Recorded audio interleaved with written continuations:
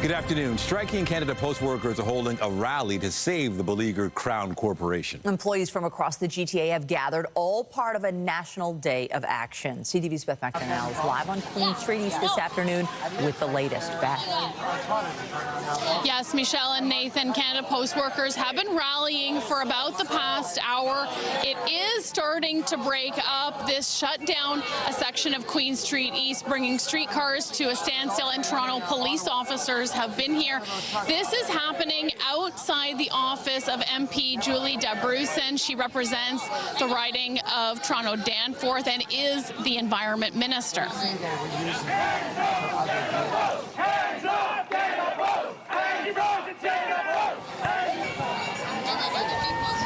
Workers gathered say there is another agenda happening surrounding the situation between them and the company. The workers are not happy with the federal government allowing Canada Post to make changes to the business. The workers are also angry because they say the company hasn't responded to them about the latest offer in 37 days. The company says in light of the go-ahead from the government, it's reassessing its new global offers and remains committed to reaching negotiated settlements with the union. Canada Post says it's facing $5 billion in losses since 2018 and has 45 days from September 25th to present its plan on how to move the postal system forward. We need a good contract for postal workers, and we need to keep it as a public service with door-to-door delivery for all these constituents over here. They all are the middle class, they're working class. They want door-to-door delivery. It doesn't make sense for Pure Later, which is owned by Canada Post, 91% of it, 9% making huge profits, which are private companies, private investors, and they'll be making huge profits, and they'll be delivering to the door, and in the meantime, Canada Post will be delivering to a community mailbox. That's not right.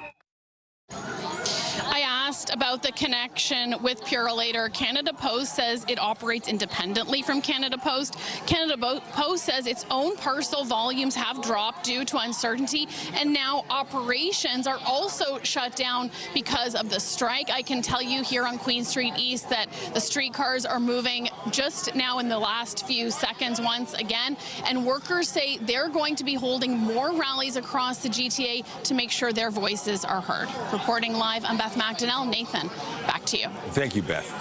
Still to come this noon hour, Michigan's governor makes a stop at Queen's Park. She and the premier talk tariffs as Donald Trump renewed his 51st state talk. We'll have that story in minutes. But first, two boys riding e-scooters were injured in separate collisions yesterday. A 10-year-old boy on an e-scooter collided with a vehicle downtown. It happened when the driver parked on the side of the street and opened his door. Toronto police say the collision happened near Parliament and Shooter around 5:45 p.m. The boy was taken to hospital with serious non-life-threatening injuries. An investigation is ongoing. And in Scarborough, a 12-year-old boy was injured after being struck by a vehicle while riding an e-scooter this morning. Now, this time it happened near Kingston and Mason Road shortly after 8:30. The boy was taken to hospital with serious injuries, though paramedics later said he was in stable condition. The driver involved remained at the scene. The cause is still under investigation.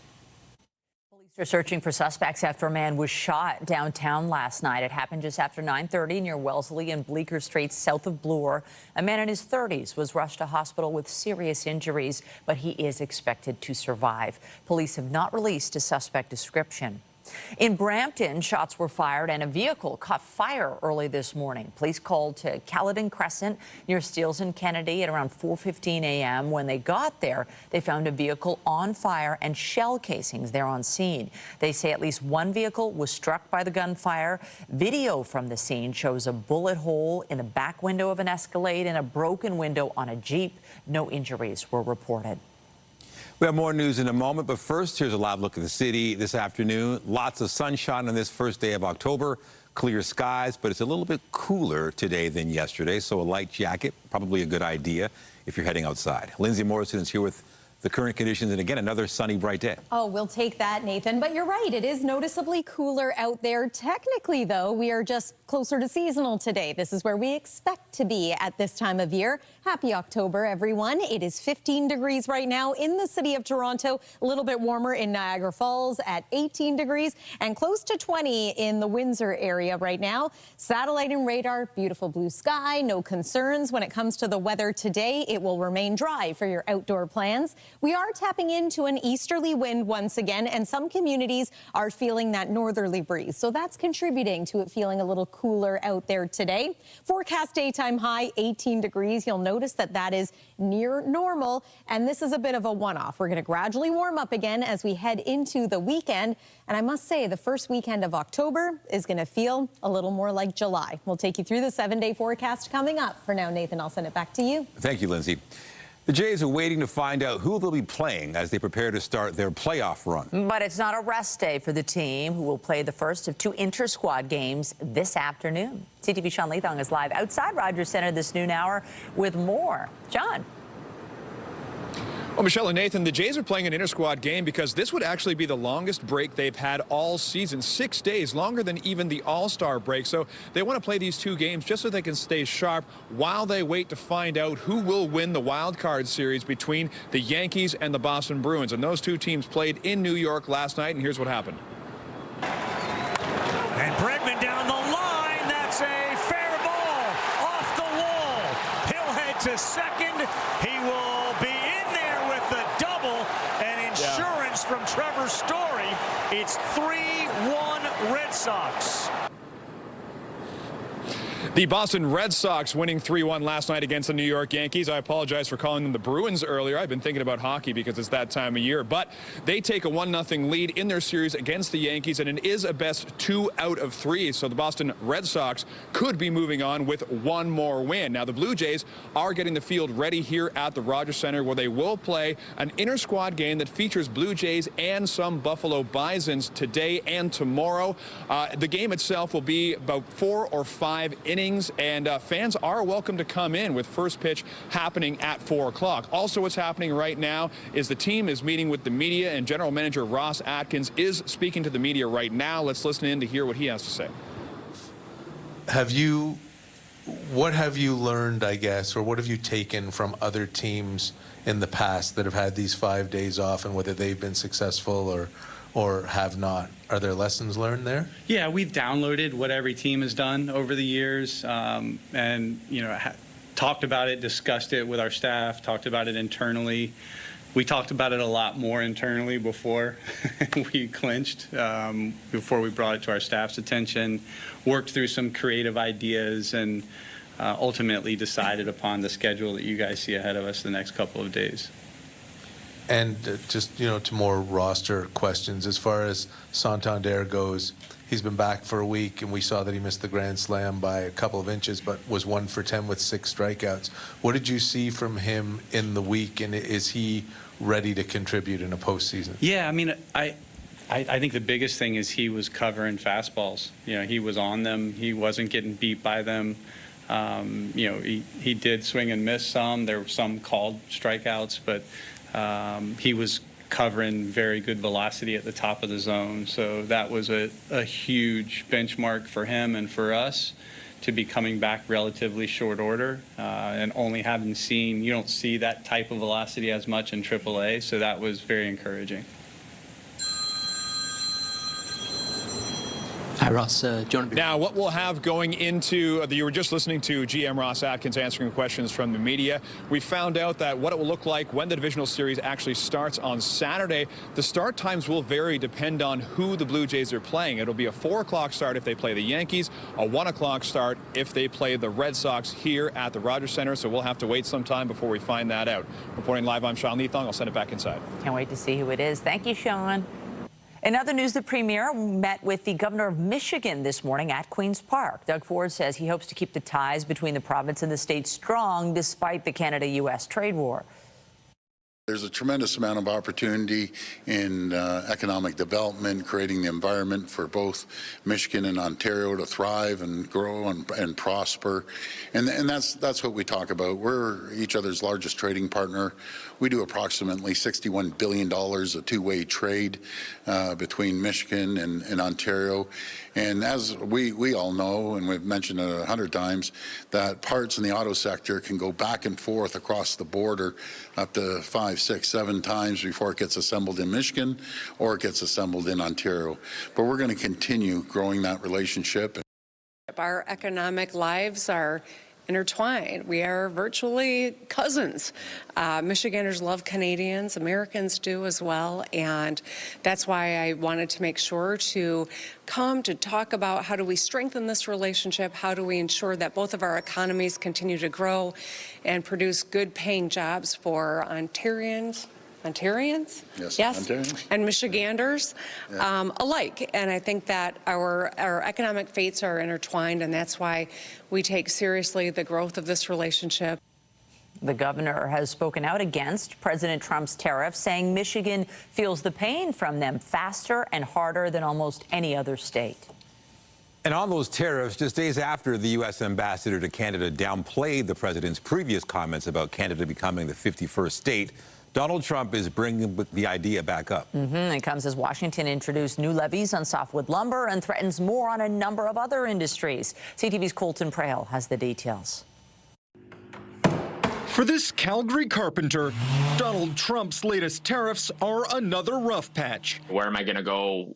Who am I going to sell to? It does add that little bit of extra stress. The president signed an executive order for a 25% tariff on furniture and cabinets starting October 14th, and a new 10% tariff on softwood lumber on top of existing 35% anti-dumping duties on Canada. For Harley Griffin, it's already led to one American customer asking to return their purchase. Now I have to deal with getting it back from them, making sure it's in good condition, paying taxes on the back end, coming back across the border, and then I have to eat all that cost. And as Trump readies new salvos that could hurt the Canadian economy, he also returned to an old talking point around his planned North American missile defense system. Canada called me a couple of weeks ago. They want to be part of it. To which I said, well, why don't you just join our country? You become 51. Meanwhile, Trump is threatening more tariffs on movies, medium and heavy-duty trucks, and pharmaceuticals, warning the move could raise drug prices in other countries. Some experts say Canadians are unlikely to see the impact of price changes, but availability could become an issue. I don't think there's any way to avoid that. And anything that causes disruption in the global supply chain is going to affect access to medicines in Canada. Today, drug maker Pfizer announced plans to reshore $70 billion of production to the United States. That could impact Brandon, Manitoba, home to Pfizer's Canadian production hub. The president graciously gave us a 3-year grace period that we will not be subject to the 232 tariffs, as long as, of course, we move the products here. Colton Prale, CTV News, Ottawa. Ontario's Auditor General has released reports on some major government programs. From childcare to the Skills Development Fund, the AG has crunched the numbers. CTV's Queen's Park Bureau Chief Siobhan Morris is live this noon hour with what the AG found. Siobhan. Well, on one file in particular, Nathan, the Auditor General says that the process has not been fair, accountable, or transparent. That's talking about the process to dole out money from the Skills Development Fund. That's $2.5 billion that fund is. And that's just one of 4 areas that Shelley Spence took a closer look at today. She found that more than half the time, the Labour Minister overrode the opinions of staff to hand out that funding. Many of the groups that got it were lower ranked, but they had lobbyists working on their behalf, raising the specter of possible preferential treatment. The auditor also found a lack of proactive work and oversight of the Home Construction Regulation Authority. That's the group that licenses new home builders and sellers. She notes that the authority is only looking at credit scores to judge their financial health, not making sure that people in charge of construction have any technical know-how or are updating their education. Today's special reports include a deep dive on the $10 a day childcare program. Spence warns there needs to be changes in Ontario if we're going to hit that benchmark of $10 a day by the end of March. Ontario is adding tens of thousands of daycare spaces, but short of its target. This has made it more difficult for families to find childcare spaces, including those on fee subsidies. We found that childcare enrollment decreased by 31% for families eligible for fee subsidies compared to 2019.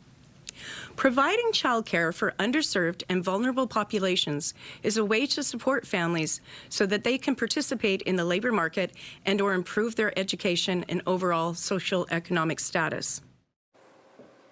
Right now, opposition leader Marit Stiles is responding to these reports from the auditor. When it comes to the Skills Development Fund piece, she says it looks like corruption to her. Now, we have heard from the Premier this morning. He's defending that fund. We will get some fuller response from the government. A series of ministers will speak in about an hour. CTV will have more on this. John Woodward will have more on the Skills Development Fund at CTV News at 5 and 6. Reporting live from Queen's Park, I'm Siobhan Morris. Nathan, back to you. Thank you, Siobhan. The federal NDP leadership race has another contender. Rob Ashton, the president of the International Longshore and Warehouse Union, entered the race this morning. He joins Alberta MP Heather McPherson, activist Eve Engler, and journalist Avi Lewis as declared candidates so far. Ashton is billing himself as the first working-class Labour candidate. The NDP will select a new leader March 29th. Today marks the day minimum wage goes up in 5 provinces across this country, including here in Ontario. But some say it is not enough to make ends meet. CTV's Scott Hurst joins us with more on the bump in minimum wage. And Scott, what will this boost mean for people? Michelle, hundreds of thousands of workers in this province, and as you mentioned, 4 others will soon start to see more money rolling into their bank account. Of course, that's always welcome, but particularly now when Canadians are still feeling the severe impacts of the affordability crisis. So let's focus on the 5 provinces where the minimum wage is going up as of today. They include Ontario, Manitoba, Saskatchewan, Nova Scotia, and Prince Edward Island. And here is a look at the wage increase for each province. In Ontario specifically, it is going up 40 cents from $17.20 an hour to $17.60 per hour. And according to the Government of Ontario, that'll support more than 800,000 workers. On average, it claims, putting more than $800 into your pockets every year if you are currently on minimum wage. Now, jurisdictions tie their hikes to the Consumer Price Index or have their own approach. But of course, as I mentioned, it comes at a time where this money is much needed for so many. The provinces are increasing wages as Canadians continue to struggle with the high cost of living. All jurisdictions have raised their rates or plan to do so this year except Alberta. BC, Quebec, New Brunswick, and Newfoundland and Labrador raised their minimum wages earlier this year. And Scott, as this is happening, affordability has long been a problem nationwide. And one of the big questions amid all of this is, will this be enough to sustain daily life costs? Despite the boost in minimum wage, it will not be enough in most of these provinces, really all of these provinces, to keep up with all the mounting bills, as affordability is still a significant problem and a significant concern right across the country, from affording your mortgage to buying groceries or paying rent. All remain a huge strain for so many.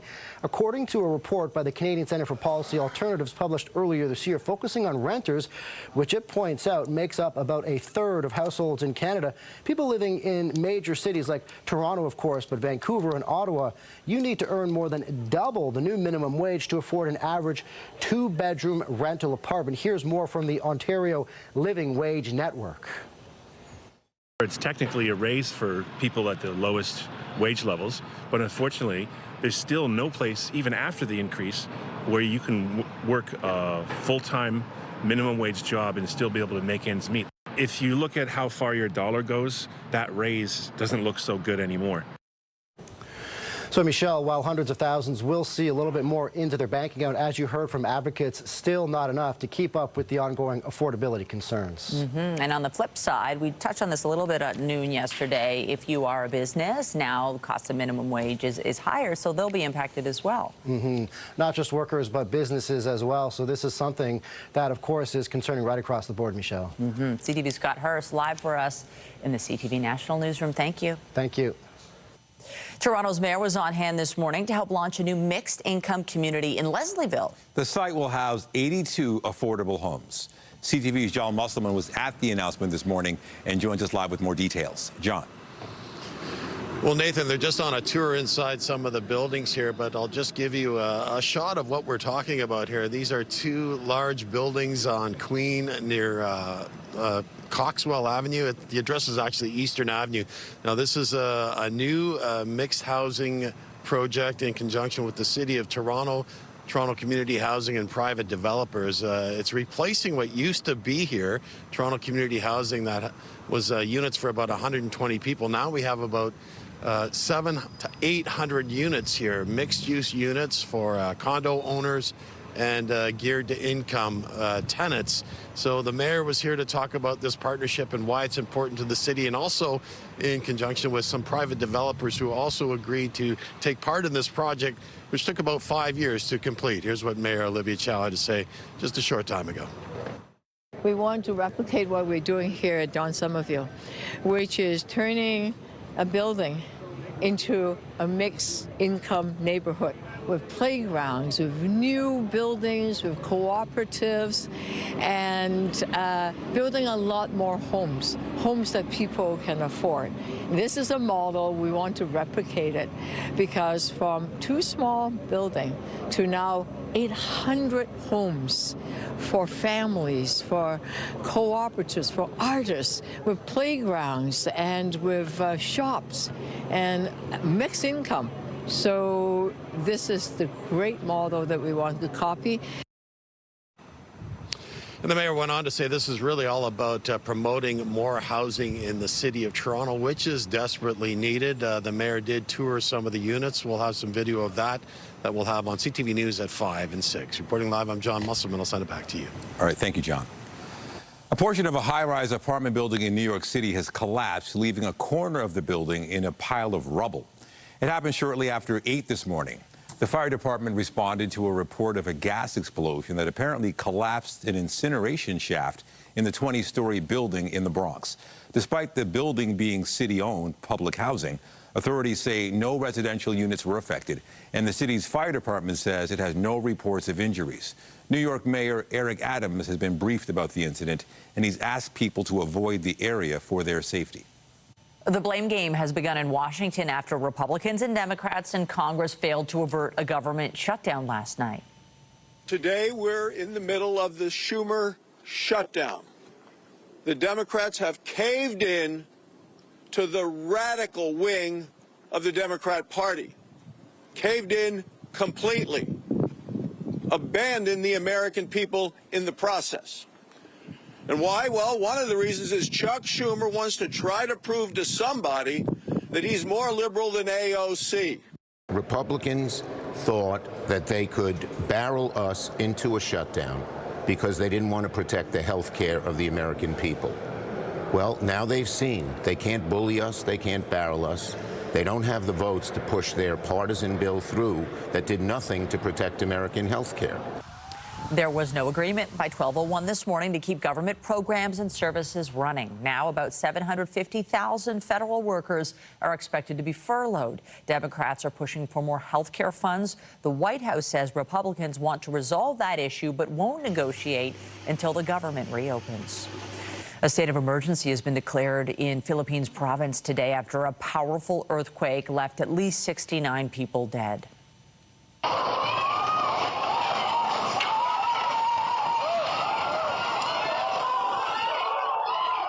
A 6.9 magnitude earthquake struck central Philippines late Tuesday. The province of Cebu was hardest hit, declaring a state of emergency as thousands spent the night outdoors amid strong aftershocks.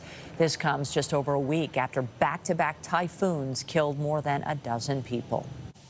The Oktoberfest Fairgrounds in Munich is closed this morning after a bomb threat. The threat came from the same person suspected of causing an explosion in northern Munich. Well, a little irritated because we had reservations for this morning, and now we don't know if we'll have them for this evening, but better safe than sorry. I mean, I assume someone is just making a prank call, but I imagine it's probably fine, and they'll sweep the place, so we'll see. The fairgrounds closure comes as at least one person's death is believed to be connected to an explosion at a residential building that Munich police say was deliberately set.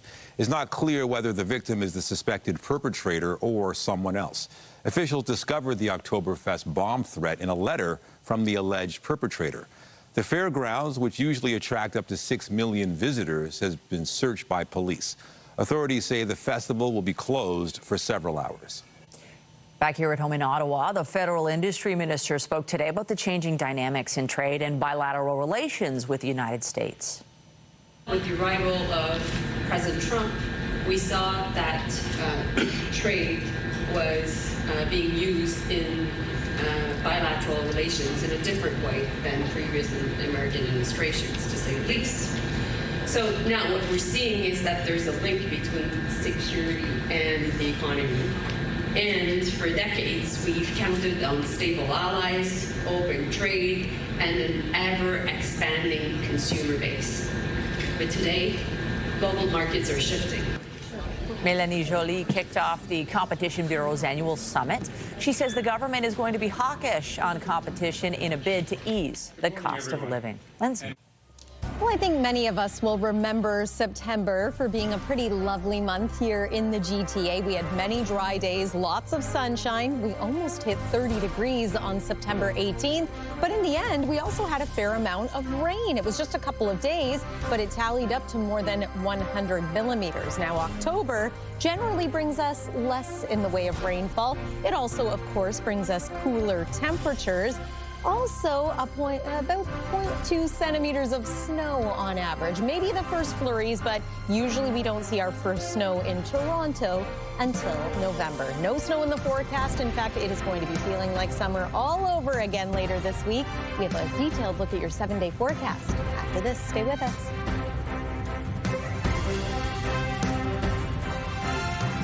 When you see it happen, send it to CTV News. Text 10400 from your screen to ours. Text 10400. Well, the lake is glistening. It is a beautiful day, and you probably felt it this morning. It felt fresh, but it wasn't so bad, especially, too, that it's now nice this afternoon. I did catch some people in shorts and T-shirts thinking that, you know, it's going to be nice out because it looks nice, but they're going to have to wait a couple days. Well, here's the thing. I was doing the clothing changeover for my kids. I thought, okay, is it time to put away the shorts and T-shirts? No. It is not. This is the problem. We will definitely need them this weekend. Today, yeah, might be a good day for a jacket or a sweater. Welcoming October with some seasonal temperatures, which is nice considering we still have the sunshine. There's a crispness in the air, but as early as, I'm going to say Friday, we're going to be sweating again. Weather is brought to you by the Presler Law Firm. Injury lawyers, you don't pay unless they win. I want to talk about this morning's sunrise. It was gorgeous once again, and the sun is now rising at about 7:15. Do you want to know what our sunset time is going to be tonight? 6:59 p.m. So yes, the sun now setting before 7 o'clock. That's okay. On days like this where we have loads of sunshine, it doesn't sting quite as much that the days are getting shorter, does it? Just before we talk about your local forecast, I do want to bring you up to speed on Hurricane Umberto. That is now post-tropical, so no longer a hurricane, but we are still keeping our eye on Imelda because this storm is going to be impacting Bermuda as early as tonight and then through the day tomorrow, potentially as a Category 2 hurricane. So this is something to watch. Swells are going to continue to impact the coast of the United States, but once again, that storm system, for the most part, veering away from the North American shore. So that's a good news situation for many Americans. Satellite and radar want to point out the fact that our area of high pressure over the lower Great Lakes is one of the factors steering those hurricanes away from North America. So acting as somewhat of a shield. Tomorrow, I do expect that we're going to see a little more in the way of cloud. It's a beautiful blue sky today. There's your Thursday. Mix of sun and cloud, maybe even mainly cloudy skies at times, but by Friday, we are back into wall-to-wall sunshine. The weekend brings us a sun-cloud mix once again, and also some very hot temperatures. It's 20 degrees right now in Windsor. That's about as hot as it gets currently in Ontario. We are now at 16 degrees in the city of Toronto, on our way to a forecast daytime high of 18. which is on the warm side of seasonal. 17 is our average high this time of year. Evening at a glance, clear skies, light winds, 14 for the evening hours, 9 through the overnight. No frost advisories in place right now in southern Ontario, but keeping an eye once again on places like Bancroft and Peterborough, where the overnight low is going to be close to the freezing mark. And then tomorrow, a little bit of a temperature rebound, 21 degrees, so we are above seasonal. Back up around 25 degrees on Friday, feeling like 28. Let's talk about the weekend. Highs of 27 degrees for both Saturday and Sunday. That is about 10 degrees above seasonal. It's going to feel into the 30s. The sunshine continues until about Monday night and into Tuesday, when we could get a few much-needed showers. That's the weather for now. Michelle, over to you. Thanks, Lindsay. As Ontario plans to remove automated speed cameras, there are serious concerns about the province's ability to keep up with charges against alleged bad drivers. The number of failed prosecutions is skyrocketing, denying justice to many people injured on the road. CTV's John Woodward took a look at the numbers as part of a W5 investigation. It's really hard to breathe. That's why Sabrine Chanda does these exercises every day, physiotherapy to recover from one of the worst moments of her life. She was riding her bicycle down College Street at University Avenue in Toronto a year ago. All this pain comes down to basically one instant. Yeah. Someone made a left turn and didn't look to see who was already in the bike lane. How badly were you hurt? It was really bad. I had so many facial fractures, like teeth and cheekbone and jaw, and the concussion, of course. The driver was charged, but months later in court, the prosecution dropped the case. I was just in complete shock. Chanda, not the only one.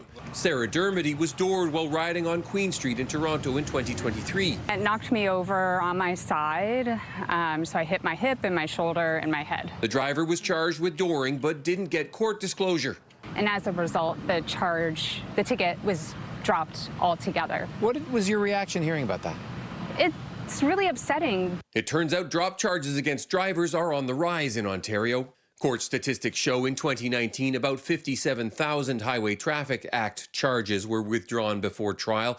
This year, that rose to more than 253,000, about 10% of all charges laid. W5 checked other provinces for a similar pattern, nothing like that in BC, Alberta, or Quebec. In March, a justice of the peace described Ontario's provincial offences prosecution as a system in shambles. It appears the prosecutor's office lacks an effective and proper file management system, saying it's a patchwork system that is held together by some baling wire and twine, with a hope and a prayer thrown in for good measure. Lawyer David Shellnut says faith in the system is at stake. That small little sense of justice that they're hoping for vanishes. Yeah. One of the things that we noticed in the statistics is that this problem is getting worse. What it tells us is that there isn't the correct focus on safe streets out there. Meanwhile, Ontario plans to remove automated speed cameras. The province's transportation minister insisted rogue drivers are still going to be punished. Ontario, one of the toughest jurisdictions, whether it's on stunt driving, whether it's on impaired driving, all of those offenses were increased in fines and penalties. Those penalties never came in Chanda's case. It's like a huge slap in the face. Like, how could it happen this way? She worries dangerous drivers won't have any reason to change. John Woodward, CTV News, Toronto. After the break, the feds put the brakes on a plan to move Marineland's beluga whales to China. We'll have their reasoning in moments.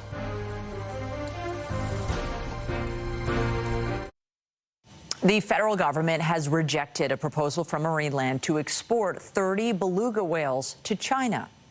This is a very difficult decision to make, but it is rooted in the Fisheries Act, and I'm proud that in Canada we do have an act that is very specific around the treatment of whales in particular and how it is not okay to keep them in captivity.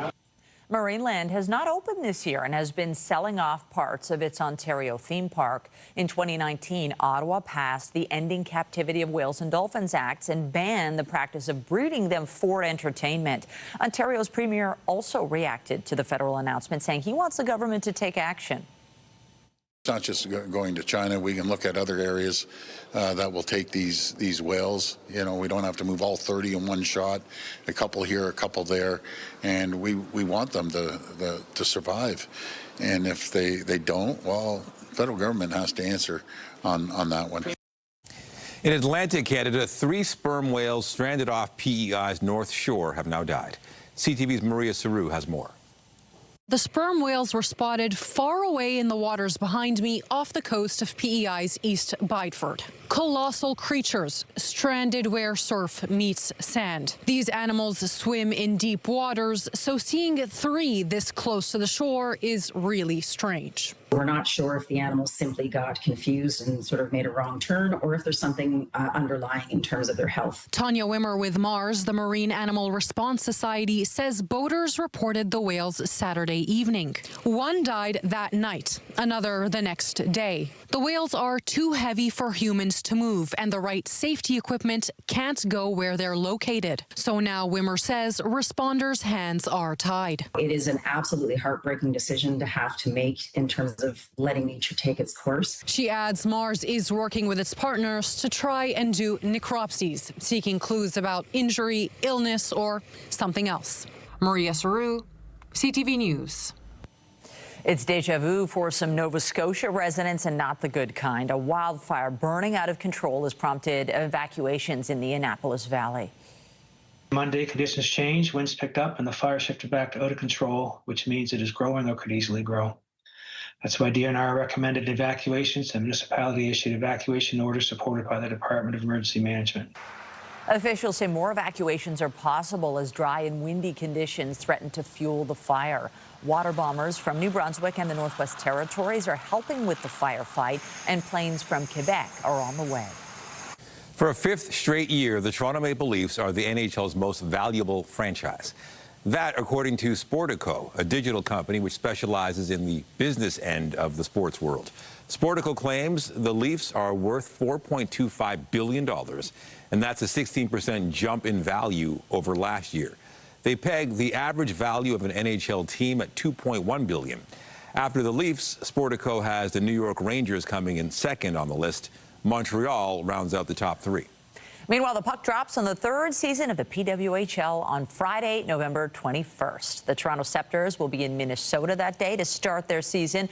Toronto's first home game is November 29th when they host the Boston Fleet for the 2nd season in a row. The league's 2 new expansion teams will be at Coca-Cola Coliseum in March, with Toronto welcoming Seattle on the 15th and Vancouver on the 29th. Single game tickets for the 2025-26 campaign will be available starting October 14. Snapchat is going to start charging users a fee for storing their old photos and videos. People have been allowed to save and store previously posted content on the platform's Memories feature since 2016. But anyone with more than 5 gigabytes of that content will have to pay to keep it available. It's unclear what the storage plans will cost and what Snapchat says will be a gradual global rollout. The messaging app says more than 1 million memories, will make that trillion memories, have been saved since the feature was introduced.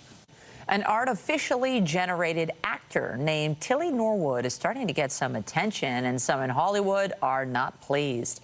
The AI thespian has created by actor and comedian Aline van der Velden. Tinseltown's Powerful Actors Union has condemned it. So have A-list stars Emily Blunt, Natasha Lyonne, and Whoopi Goldberg. The Dutch creator says Norwood is not a replacement for a human being, but a piece of art. Still to come, funding to temporarily house asylum seekers in hotels ended yesterday.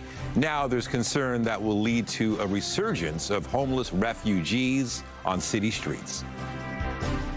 Get Toronto's top stories, breaking news alerts, and watch live. Download the CTV News app. A new report reveals the 2nd quarter of the year brought a sharp rise in credit card fraud. Equifax Canada says the rate of credit card fraud jumped to 0.75% in Q2, compared with 0.44% a year earlier. The Consumer Credit Reporting Agency says the spike came despite application fraud rates across Canada falling to their lowest point since 2022. Application fraud rates dropped to 0.56% in the 2nd quarter of 2025, down from 0.70% in the previous year. A former RBC worker accused of accessing Prime Minister Mark Carney's banking profile is set to make a court appearance today. 23-year-old Ibrahim El Hakim is charged with fraud over $5,000, unauthorized use of a computer, identity theft, and trafficking in identity information. El Hakim worked at an RBC branch in Ottawa. It's alleged he used the bank's IT services for criminal purposes, including unauthorized access to multiple banking profiles and fraud. As September ended, so too did funding to temporarily house asylum seekers in hotels across Canada. Advocates say the result could be a resurgence of homeless refugees on the streets of Canada's biggest cities. CTV's Adrian Gabriel has more. This is where we housed over 500 men. Wow. In the summer of 2023, when the number of asylum claimants sleeping on the streets outside this downtown Toronto shelter became too large to ignore, this is my shelter. Yeah, this is my house now. Pastor Julia James opened up her church, Revival Time Tabernacle. We had to put drapes across these poles here to house women on this side. To give hundreds fleeing a number of African nations somewhere safe to rest their heads for 2 months. Just making sure that they were given a level of peace in the midst of their trauma. Today, temporary federal funding to house asylum seekers in hotels across the country ended. Pastor James is fearful history could repeat itself. Some have gotten jobs, some haven't. Some have been able to get housing, which we're grateful for, but some have not, because there were so many that came in. Previously pitched as a stopgap in the face of historic surges in migration, Immigration, Refugee and Citizenship Canada says the federal government has spent roughly $1.1 billion on temporary housing at hotels like this one in Toronto's North End on asylum seekers since 2020.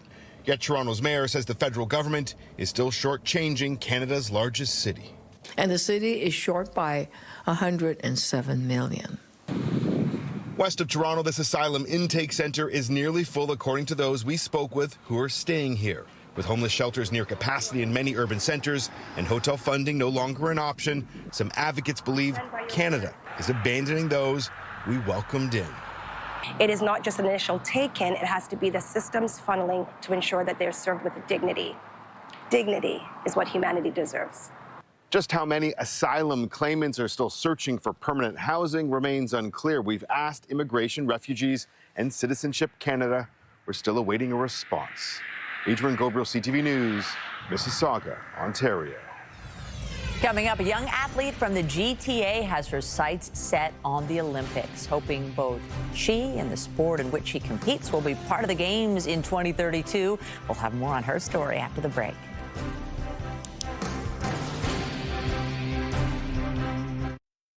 A young fighter from the GTA earned gold on the world stage just over a week ago. Now she has her sights set on the Olympics. CTV's Carol Charles has more on her journey. The Canadian landing many hits. At just 16 years old, Oshaya Newby Morgan has made a name for herself on the international stage, winning gold for Team Canada at the 2025 International Federation of Muay Thai Association's Youth World Championships in Abu Dhabi. She stepped into the ring and left, defeating competitors from Morocco and Russia to become the best in her division. It felt good. I was like, I finally have made it. This is what I've been training for. This is it. Newby Morgan's athletic journey began with martial arts at the age of 7. But a move from Brampton to Shelburne in 2020 also came with a change in the sport for which she was training. She took up the art of Muay Thai at the Art of 8 Martial Arts Academy in Orangeville. I enjoy that it's the art of 8 limbs, meaning you have your elbows that we use our punches, we use our kicks and our knees. For the past 5 years, she has trained under her coach, Crew Martello. Greatness. Greatness is the only word that he suspects of me. She exceeded my expectation. She executed the game plan right down to the T. He credits her discipline and work ethic as a huge part of her success. And low kicks, absolutely low kicks. Like, she hits like a truck when she's kicking people's legs. And that power and precision from her low kicks has become like it's a major part of her game. And Newbie Morgan's biggest fan is her mom, who watched the gold medal match with pride. It was breathtaking. It was adrenaline rush. It was so words couldn't explain sometimes the feeling I was feeling. She is a support system. She is the heart that is in mine. Newbie Morgan is now the first athlete from Dufferin County to win gold at an IFMA event, and the first Black Canadian female to achieve gold. She is a definite inspiration to other young Black women who also look to her and say, you know what, I want to be like her. And she's breaking barriers, she's opening doors, and that's what counts. Oshaya will continue training to stay ready for the 2032 Olympics if Muay Thai is accepted in the Games. Carol Charles, CTV News. Boxing or any sport, this is good weather for outdoor training and exercise. Oh, yes. Yeah, you just might feeling, today is good. Next couple of days, you'll be feeling the heat. You'll need some extra water and some sunscreen, too. We have to mention that as well. The sun is still strong, even though we are now past the summer season. Overnight tonight, cool, seasonably cool. 9 degrees for the low under mainly clear skies. Tomorrow's forecast daytime high, 21 degrees, so starting to warm up again. If you're hoping to hit the links, why not? This week is great for that. We are back into some heat for the weekend. 27 degrees for both Saturday and Sunday, feeling more like 31. Nathan and Michelle. Thank you, Lindsay. And that is CTV News at noon. Remember, you can get Toronto's breaking news all day long on CP24 and at ctvnewstoronto.ca. For Lindsay Morrison and all of us here, have a pleasant afternoon. I'm Michelle Dubé. And I'm Nathan Downer. Be sure to join us later for CTV News at 5 and 6. Have a great afternoon.